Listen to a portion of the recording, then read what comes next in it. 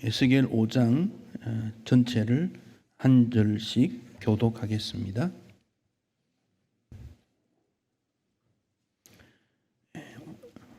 에스겔 5장 1절입니다.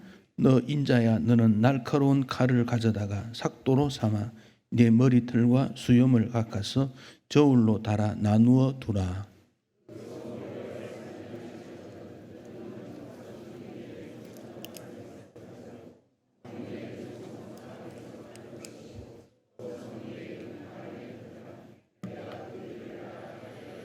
너는 터럭 중에서 조금을 네 옷자락에 싸고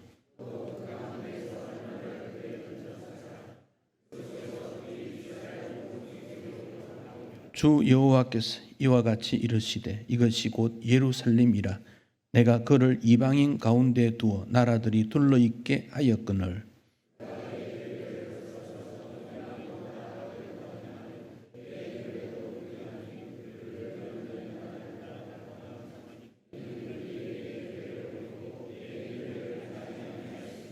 그러나 나 주 여호와가 말하노라. 너희 요란함이 너희를 둘러싸고 있는 이방인들보다 더하여 내 율례를 행하지 아니하며 내 규례를 지키지 아니하고 너희를 둘러있는 이방인들의 규례대로도 행하지 아니하였느니라.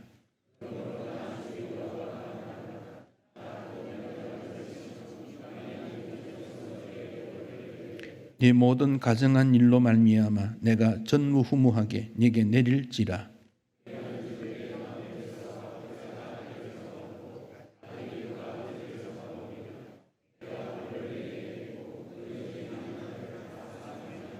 그러므로 나 주 여호와가 말하노라. 내가 나의 삶을 두고 맹세하노니 네가 모든 미운 물건과 모든 가정한 일로 내 성소를 더럽혔은즉 나도 너를 아끼지 아니하며 긍휼을 베풀지 아니하고 미약하게 하리니.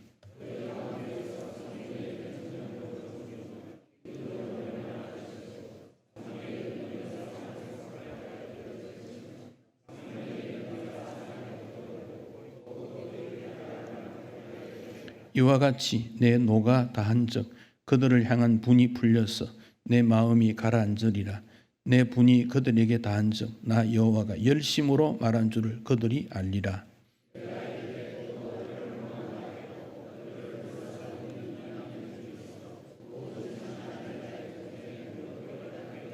내 노와 분과 중한 책망으로 내게 벌을 내린즉 너를 둘러싸고 있는 이방인들에게 네가 수치와 조롱거리가 되고 두려움과 경고가 되리라. 나 여호와의 말이니라.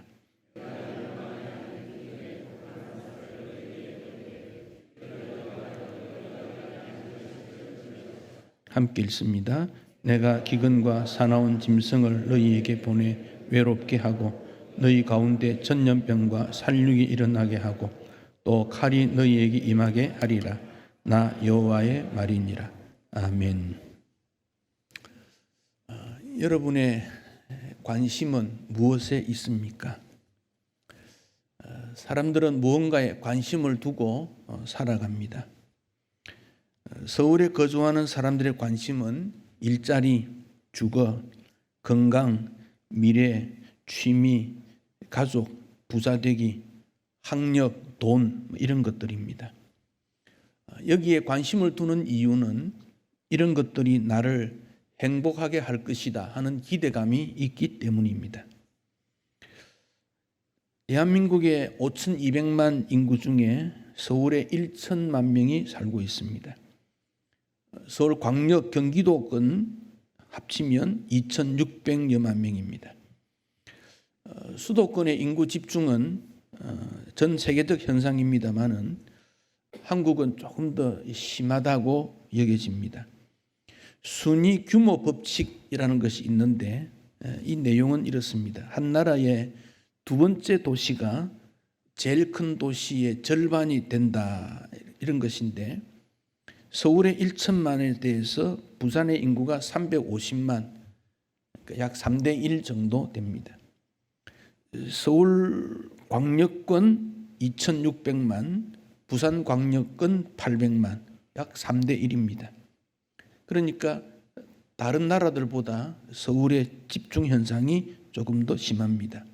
학교, 병원, 직장 이런 일이 서울에 많으니까 뭐로 가도 서울만 가자 이런 정신으로 서울공화국이라는 말이 생겼습니다.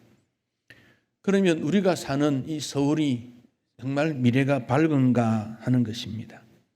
집중된 인구, 복잡한 교통, 파괴되는 환경, 주택, 인간성의 파괴, 높은 물가 이런 모든 것은 그 누구도 해결할 수 없습니다. 오늘 우리의 관심이 이 서울에 집중되어 있는 것처럼 에스겔 선지자가 살았던 때 사람들의 관심은 예루살렘이었습니다. 예루살렘에 살면 전쟁의 위협으로부터 보호받고 나라의 중요한 모든 기구들이 예루살렘에 있으니까 어떻게 하든지 예루살렘에 가서 살자 그런 꿈입니다. 또 예루살렘에 사는 사람들은 앞으로 어디에 어떻게 개발될지 모르니까 그것을 미리 알고 거기에 어떻게 하면 부자가 될 거다 그런 생각을 가졌습니다. 심지어 바벨론의 포로로 잡혀간 그들도 꿈은 예루살렘으로 돌아가는 것입니다. 그런데 하나님께서는 에스겔 선지자에게 그 당시의 사람들의 생각과 전혀 다른 말씀을 하셨습니다. 여러분, 우리가 에스겔서를 읽을 때 내가 에스겔이다 그렇게 관점을 갖고 읽어야 이 말씀이 내 마음에 확 와닿습니다. 제3자의 입장에서 그럴 수도 있겠구나 저런 그러니까 평가하는 게 아닙니다. 영화 감상하듯이 그런 것이 아니라 이 말씀 속에 들어가서 내가 부름받은 에스겔이다 그렇게 여겨야 됩니다. 모든 사람들이 서울이다 예루살렘이다 그렇게 생각할 때 하나님께서는 에스겔에게 아니야 예루살렘이 아니야 서울에서 부자 되고 잘 사는 게 목적이 아니야 그렇게 말씀하신다는 거예요. 에스겔은 제사장으로 사역을 못하고 있다가 하나님의 부름을 받게 되지요. 어느 날 그발 강가 강변에 이렇게 생각을 하고 거니는데 하늘에 구름이 잔뜩 끼었습니다. 내 마음도 하늘이 알아주는가 보다 뭐 이랬는지 모르겠어요. 그러다가 하늘이 쫙 열려졌어요. 하늘도 열리는 날이 있겠네. 내 인생도 열릴 수 있겠다. 그리고 하늘을 보니까 하늘에서 붉은 어떤 것이 내려오는데 빛이 쫙 임했습니다. 그래서 에스겔은 하늘을 보게 된 것입니다. 여러분, 오늘처럼 답답한 이런 세상에서 세상을 이길 수 있는 방법을 자꾸 찾는다고 해서 찾아내는 게 아닙니다. 하늘을 봐야 돼요. 우리가 예배드리러 주님 앞에 나온 것은 하늘 바라보라는 거예요. 하늘 바라보라. 초등부 학생이나 중고등부 학생들이 교회 모여서 이틀 3일 잠도 자고 수련회 하고 음식도 같이 나누고 그냥 일반 캠프면 여기 있을 이유가 뭐 있겠습니까? 그러나 저들에게 하늘을 보여주는 그 기회다. 하늘을 본다. 그 어린 나이 심령 속에 어렸을 때부터 무언가 모르지만 세상이 어렵다고 하더라는 그 가운데서 하늘을 보게 된다. 이게 여름의 교육 프로그램의 목적이요 방향입니다. 그래서 에스겔이 그 하늘을 보니까 우리 하나님이 일하시는 분이더라는 거죠. 열심히 일하는데 한 방향으로 나아가고 열매가 있고 그런 가운데 하나님께서 에스겔에게 에스겔아 너 이거 먹어야 돼. 두루마리를 줬어요. 그래서 두루마리를 먹었더니 애가 애곡 그런 내용들이지만 먹었더니 에스겔 마음속에 하나님 말씀이 들어오니까 무언가 달라지는 걸 느낍니다. 그런데 하나님이 말씀하십니다. 에스겔 너는 파수꾼이야. 이 땅에서 하나님의 나라와 복음과 진리를 파수해야 되는 사명이 있는 거야. 너가 전해야 될 그 이스라엘 백성들의 이마가 뻔뻔하고 패역스러운 민족이지만 나는 너를 더 강하게 할 테니까 너는 가서 그들에게 말을 전해라. 너가 말을 전해서 듣지 않는 것은 그들의 책임이지만 너가 전하지 않으면 너가 책임이 있으니까 파수꾼의 사명을 감당해야 된다. 그래서 에스겔이 이걸 어떻게 해야 되는가 하고 있는데 또 하나님께서 에스겔에게 4가지 징조를 둡니다. 진흙을 가지고 토판을 만들어라 그랬습니다. 예루살렘을 거기에 그림을 그려라, 조각을 하라. 그리고는 울타리를 치고 사다리를 놓고 전쟁 때 쓰는 무기, 공성태 이런 걸 두어서 예루살렘이 포위당하는 것을 그림을 그리라. 그리고 철판을 가로막고 에스겔과 분리시키는 것을 보게 됩니다. 이어서 에스겔에게 너 왼쪽으로 누워 390일 동안 누워라. 오른쪽으로 40일 누워라. 꼼짝 못하게 만듭니다. 이어서 음식을 주는데 잡곡들, 보리, 밀, 귀리, 팥, 콩 이런 것들을 주는데 양이 평소의 양보다 절반밖에 되지 않고 물을 주는데 평소보다 반도 되지 않는 양을 가지고 이거 먹고 해야 된다. 그러면서 앞으로 예루살렘이 이렇게 될 거다. 그렇게 에스겔에게 보여주십니다. 그러면서 이 떡을 먹는데 인분으로 사람의 똥으로 불을 지펴서 먹어라. 아이고 하나님 그건 좀 심합니다. 그럼 새똥가 해라. 사람 똥이나 뭐 소똥이나 뭐 똥은 똥이지 뭐 다른 게 있습니까? 그런 가운데서 하나님께서 에스겔에게 말씀하시는 것은 말로서 하나님 말씀을 듣지 못할 때 환경이나 제수처나 어떤 상징적 방법으로 하나님은 지속적으로 우리에게 말씀하신다. 그 점을 보여줍니다. 사랑하는 성도 여러분, 우리는 지난 주간에 일본과의 관계가 어떻게 되고 그래서 막 분노하고 나라의 지도자들이 모여 회의를 하고 선언문을 내고 야단을 했습니다. 세상은 지구촌 그래요. 어디서 일어난 거 다 압니다. 어디에 지진이 일어났다, 태풍이 불었다, 좋은 소식이 있다, 나쁜 소식이 있다. 전 지구는 하나입니다. 그 가운데 우리가 어떤 물건을 쓰든 어떻게 생활하든 그것은 개인의 선택이고 또 유용하면 할 수 있겠지요. 그럼 우리는 뭘 해야 되는 것입니까? 우리는 하나님의 나라를 이 땅에 어떻게 펼쳐나갈까? 이런 영적 꿈을 갖고 실천해야 되고 또 일순간 어떤 문제 때문에 이렇게 하자 저렇게 하자가 아니고 지속적으로 일을 할 수 있는 긴 안목에서의 일들을 바라봐야 돼요.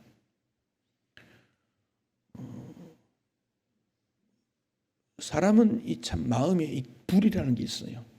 그래서 분노라는 게 있습니다. 이게 이 표출이 됩니다. 이 표출이 어떻게 되느냐? 불로 나타나는 거예요. 촛불도 불이에요. 모든 것 불이에요. 그런데 이런 것들은 일시적인 것이고 우리가 추구하는 것은 성령의 불에 의해서 성령으로 인해서 길게 영속적으로 한순간 토막토막 내어 살 것이 아니라 길게 넓게 이렇게 보아야 되는 거예요. 그래서 에스겔이 포로로 잡혀간 현장에서도 하나님께서 예루살렘이 어떻게 되어 가는지를 알려줍니다.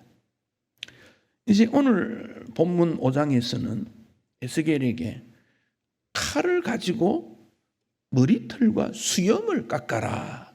또 그런 말씀을 하십니다.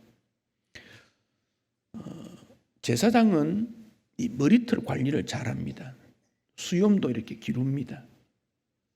그렇게 한 이유는 정결하게 하는 그 규례에 따라서 그럽니다. 이스라엘에 랍비라는 제도가 있지요. 그 랍비 학교가 있습니다. 거기 고등학교부터 들어가게 되는 학교가 한 17% 정도 된다고 하는데 지금도 젊을 때부터 검은 옷을 입습니다. 검은 모자를 쓰고 모양도 외모도 다 이렇게 갖춥니다. 처음부터 정결의 모양으로 살아가는 것이지요. 그러니까 에스겔은 제사장 출신이니까 말할 것도 없지요. 그런데 머리를 깎는다, 수염을 자른다, 이건 또 다른 어떤 도전을 주고 있지요. 그리스도인은 어떤 의미에서 머리를 자르고 수염을 깎는 일이 매번 해야 됩니다. 나의 일상적인 삶에서 하나님 앞으로 돌아가는 그 변화가 지속적으로 일어나야 됩니다. 그래서 변화를 줘야 된다는 거죠. 진리를 향해서, 하나님의 나라를 향해서 내 삶에 고쳐야 될 것이 무엇인가를 자꾸만 찾아서 고쳐 나가야 되는 것이지요. 머리털과 수염을 깎아서 3분의 1은 성 안에서 불태우고 3분의 1은 성 사방에 칼로 치고 3분의 1은 바람에 흩어라 그랬습니다. 이게 뭐냐? 이것은 곧 예루살렘에 일어나는 일이다 그랬어요. 그래서 12절에 보면 3분의 1은 전염병 기근으로 죽고 3분의 1은 칼에 전쟁을 통해서 죽고 3분의 1은 사방에 흩어버리고 포로로 잡혀가게 되고, 그러니까 예루살렘의 멸망을 지금 말씀하고 있습니다. 왜 하나님께서 에스겔에게 이런 고통스러운 아픈 미래를 보여주십니까? 왼쪽으로 360일을 놓고 오른쪽으로 40일을 놓고 몸을 움직이지 못하도록 묶어가지고 고통나고 식사를 그렇게 하고 정결의 예식을 깨뜨리는 이유가 무엇입니까? 이스라엘 백성들의 관심이 하나님을 향하여, 천국을 향하여 영적인 일에 관심이 없었다, 그런 말입니다. 세상에만 관심이 있었다, 그 점을 강조하고 있습니다. 하나님의 인자와 긍휼에 관심이 없고, 어떻게 하면 이 땅에서, 어떻게 하면 주어진 삶에서 그저 약간 더 편안하고 약간 더 즐겁고 내 미래가 마치 이 땅에 있는 권력이나 돈이나 건강이나 지식에 있는 것으로 생각하고 그것만 매진하는 그들을 향하여서 하나님께서는 그렇지 않다, 그렇지 않다, 그 점을 지금 말씀하고 있습니다. 예레미야는 그런 일들을 예루살렘에 있으면서 예언을 했고, 에스겔은 포로로 잡혀 가운데 예언을 했습니다. 근데 그 당시에 예레미야 27, 28장을 보면 거짓 선지자들이 있었다 그랬습니다. 예루살렘은 명하지 않는다. 적군들이 쳐들어와도 곧 물러간다. 또 포로로 잡혀갈지라도 2년 있으면 돌아온다, 그렇게 말했습니다. 예레미야 28장 1절로 4절에 보면 시드기야가 다스리기 시작한 지 4년 5째 달에 기브온 아수르의 아들 선지자 하나냐가 여호와의 성전에서 제사장들과 모든 백성들에게 말을 합니다. 내가 바벨론 왕의 멍에를 꺾었노라. 느부갓네살이 빼앗아간 여호와의 성전 모든 기구를 2년 안에 다시 돌려오게 될 것이다. 여고니아와 포로로 잡혀간 그들이 돌아오게 될 것이다. 여호와의 말씀이다. 거짓 선지자가 선동을 하게 된 것입니다. 5절에 보면, 오늘 본문 5절에 보십시오.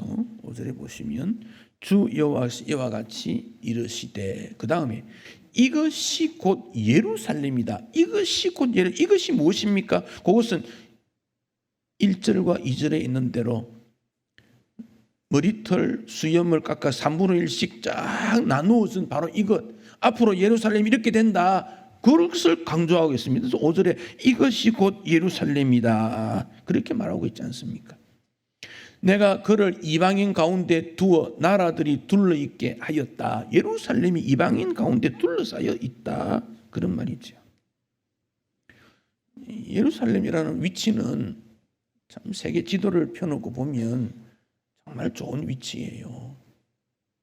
그래서 이 예루살렘을 중심해서 복음이 지중해 북언을 다 빠져나가고 유럽으로, 아시아로, 또 아프리카로 확산되어 갔지 않습니까? 또 중요한 지명입니다. 그곳에서 하나님을 잘 섬기면 너희들이 제사장 나라가 되고 하나님의 선택한 백성이 되고 하나님께서 영광을 받으실 것이다라고 모세 때 이미 약속을 하셨습니다.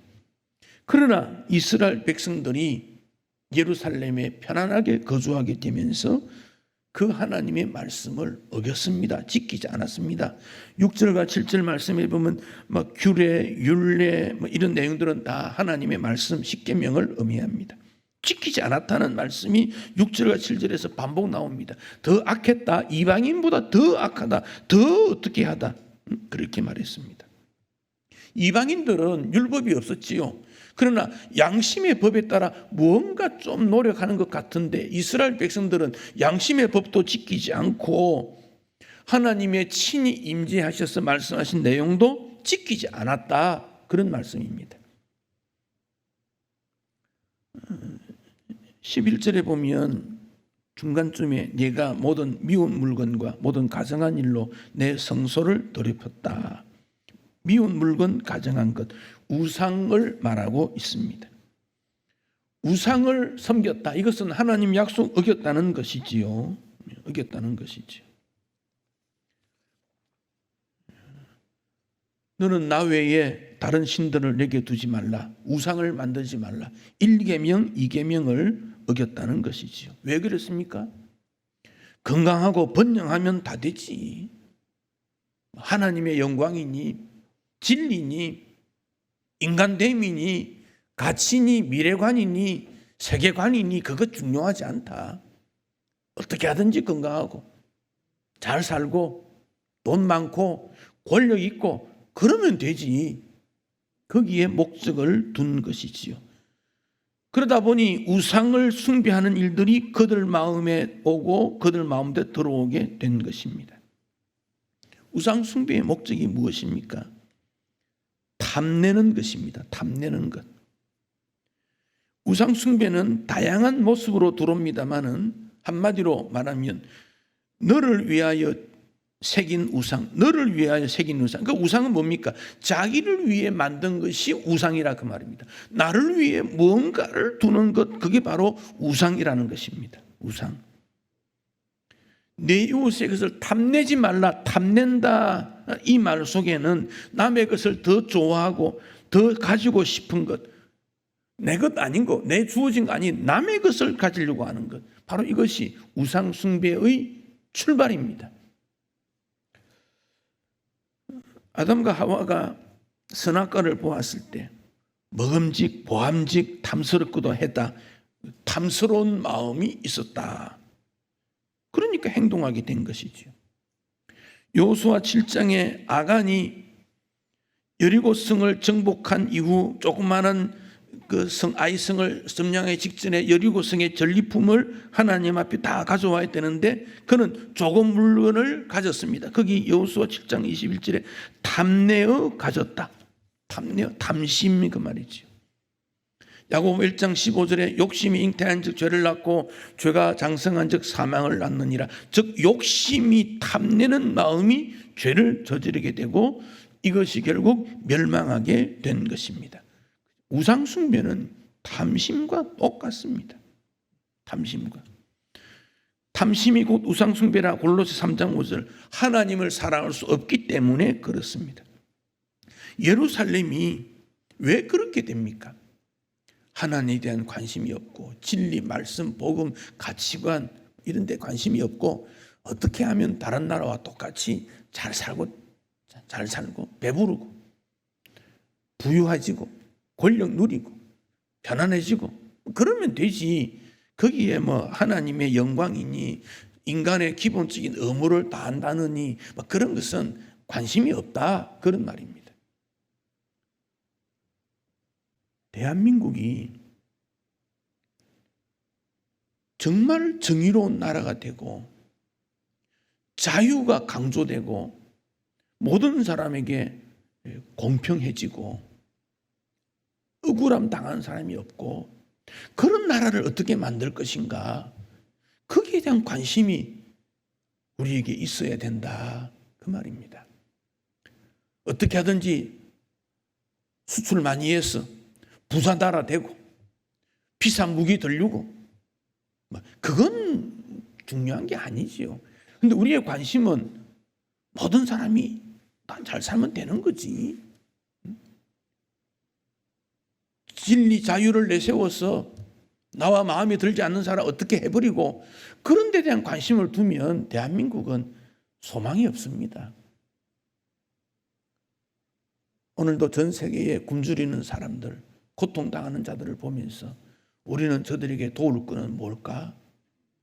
이 땅의 평화를 하나님께서 지켜주시고, 우리가 가진 지식도 나누고, 우리가 가진 모든 것을 나누어 약한 자와 함께 더불어 살면서 모두가 행복하게 살 수 있는 그 무엇은 뭘까?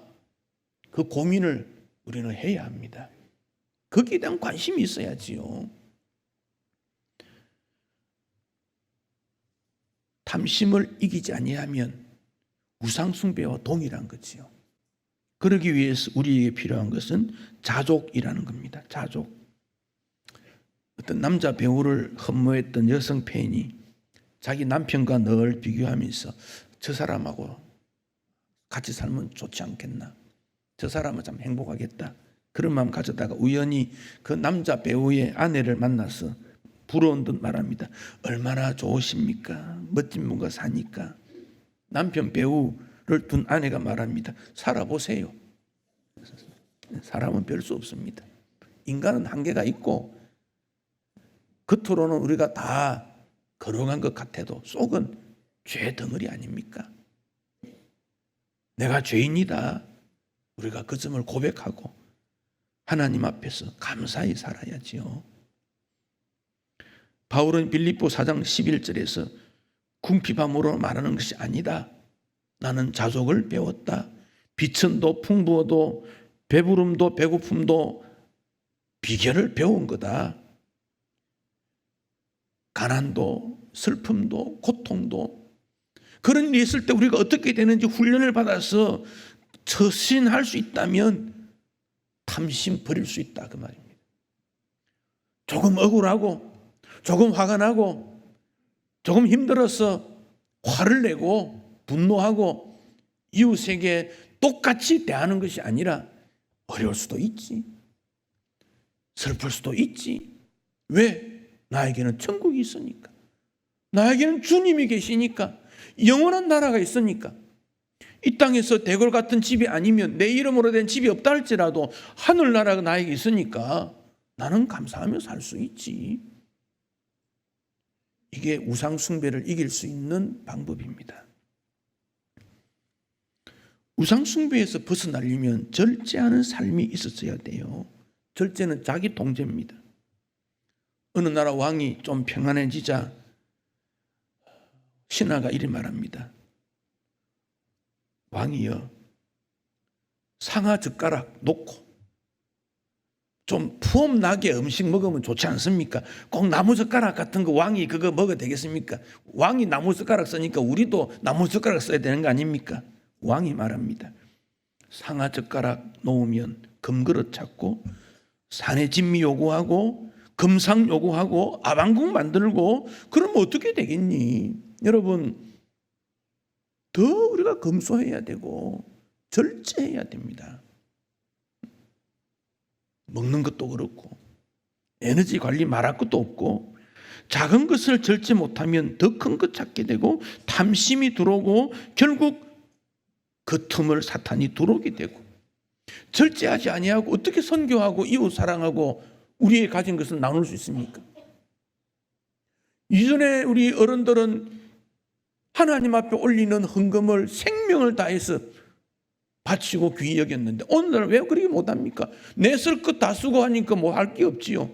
내 쓸 것도 없는데 뭘 바친단 말입니까? 내 쓸 것 안 써야 주의 영광 위에, 교회 위에, 복음 위에 선교하는 데 쓰임 받지요. 당신은 섬기고 나는 섬기지 않겠다, 그런 마음은 어디서 나오는 겁니까? 우상숭배입니다, 그것은. 바울은 너희를 박해하는 자를 축복하라는 말까지 합니다. 이웃을 진심으로 격려하고 축하해 주는 일. 왜 저 사람은 저렇게 잘 되는데 저 집 자녀는 저리 잘 되고 저 집은 자꾸만 비교하니까 우리는 더 욕망을 가지게 되죠. 그게 예루살렘의 모습이요, 오늘 우리가 사는 이 땅의 모습 아닙니까? 하나님께서 뭐라고 하십니까? 화가 났다는 거예요. 우리 하나님께서 13절에 내 노가 다했다. 그래서 예루살렘을 흩어버리겠다.